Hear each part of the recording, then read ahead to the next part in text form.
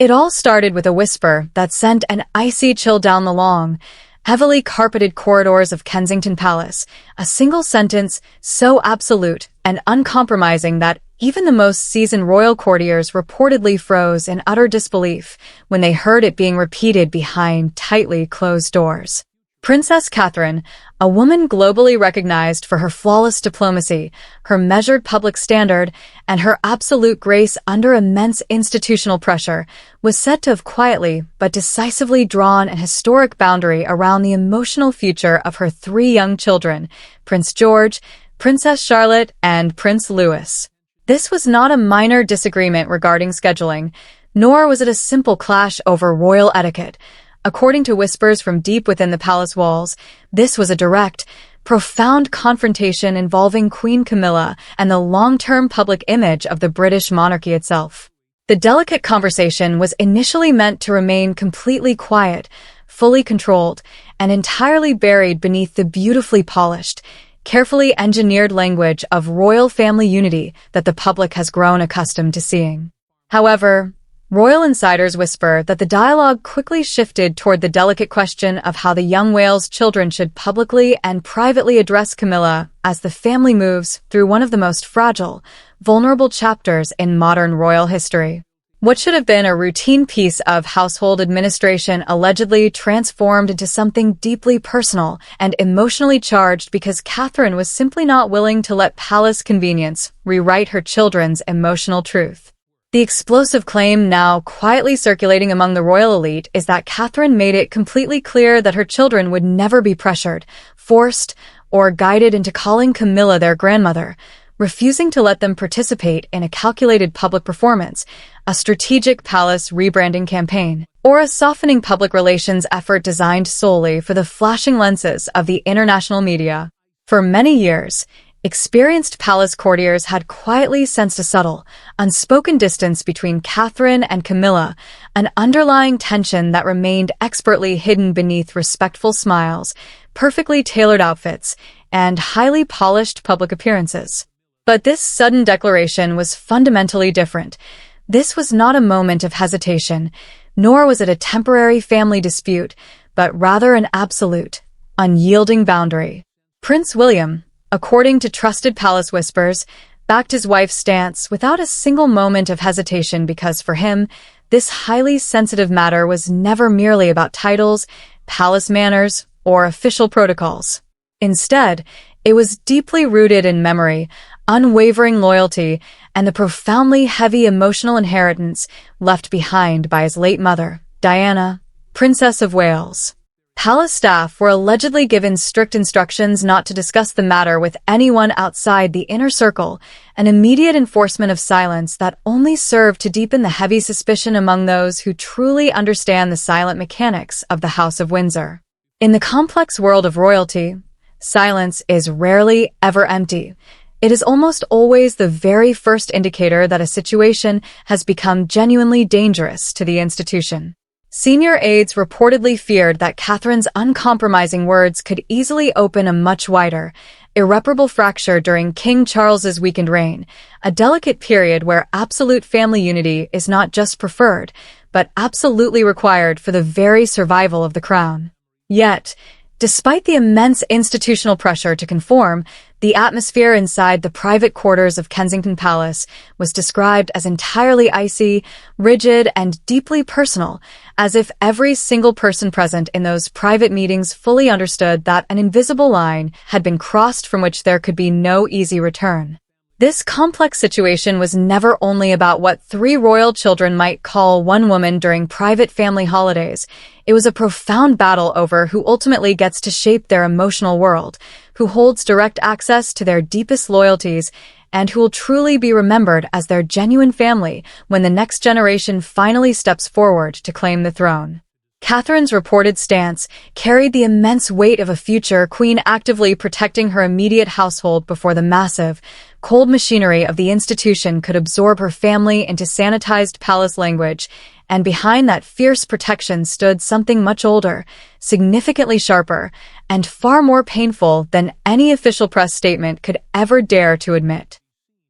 As the private shockwaves from Catherine's definitive declaration continued to reverberate through the hidden administrative channels of the monarchy, the silent battlefield quickly shifted into the highly calculated world of palace logistics, schedules, and structural influence. By the early months of 2026, long-serving royal insiders began to notice a quiet but unmistakable expansion of Queen Camilla's influence within the internal administrative circles of the royal household, ranging from subtle changes in staff appointments to a fresh tone in family communication streams. What had initially been presented to the public as simple, quiet supportive duty for visibly weakened King Charles began to look to those watching closely from Kensington Palace like a far more strategic positioning within the central machinery of the crown. Whispers even began to circulate among concerned courtiers regarding the emergence of a specific internal faction, a development that deeply unsettled Prince William and Princess Catherine as they observed the slow,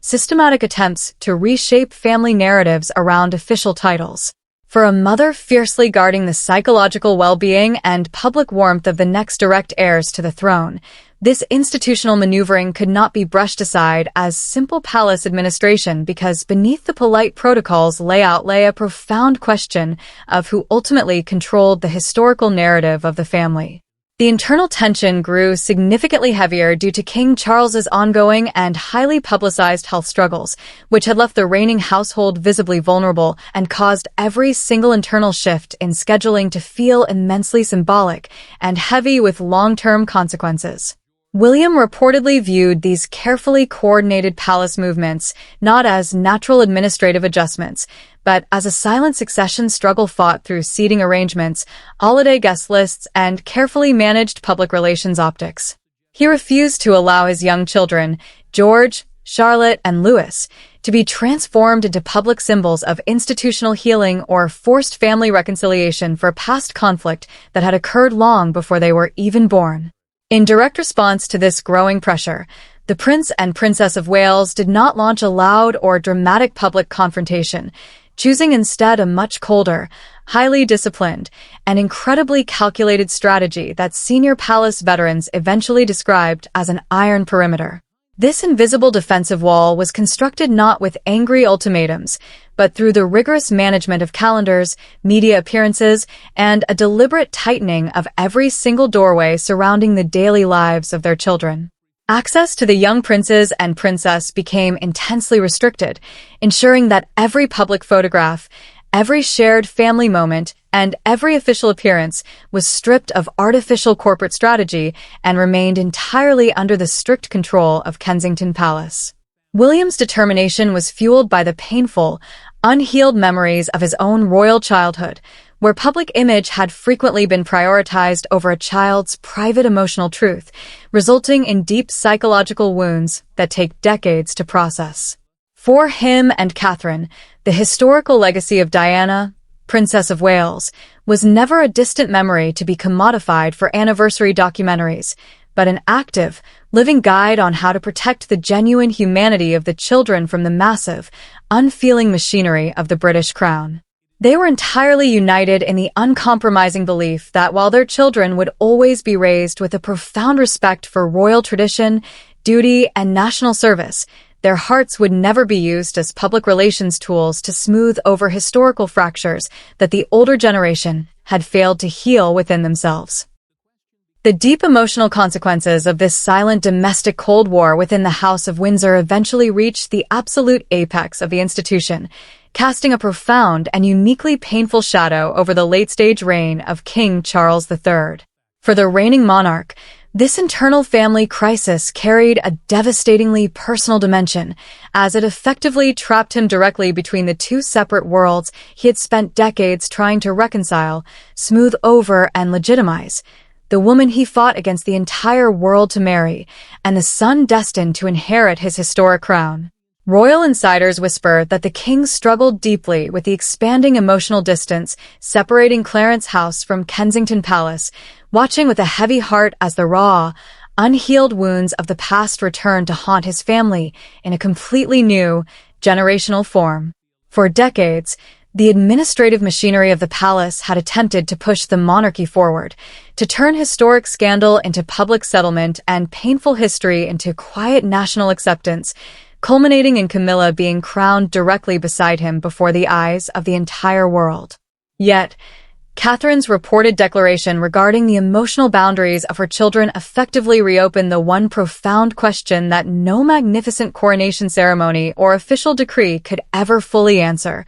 Could the next generation truly accept what the previous generation had failed to completely heal? As Charles increasingly stepped back from managing these exhausting internal disputes due to physical fatigue and his ongoing medical treatments, the palace began to sense a fundamental, historic shift, realizing that the future of the crown was already beginning to move, adapt, and define itself completely without his input. By the middle months of 2026, courtiers no longer viewed Catherine merely as the quiet, supportive Princess of Wales, but as a formidable, deeply strategic future queen who had successfully hardened her patience into absolute authority. Her power did not manifest through loud public declarations or rebellious media leaks, but through flawless discipline, perfect timing, and an instinctive understanding that true public trust is built on authenticity rather than corporate palace performances. William trusted his wife's protective instincts completely,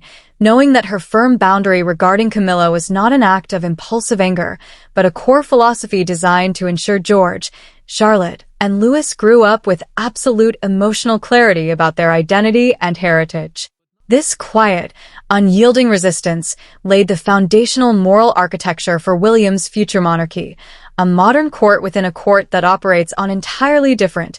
much firmer rules regarding personal access and image control. Ultimately, the chilling reality echoing through the ancient corridors of royal power is that while magnificent crowns, vast estates, and historic duties can easily be passed down through lines of blood, genuine trust and emotional belonging inside the House of Windsor are far more difficult to inherit.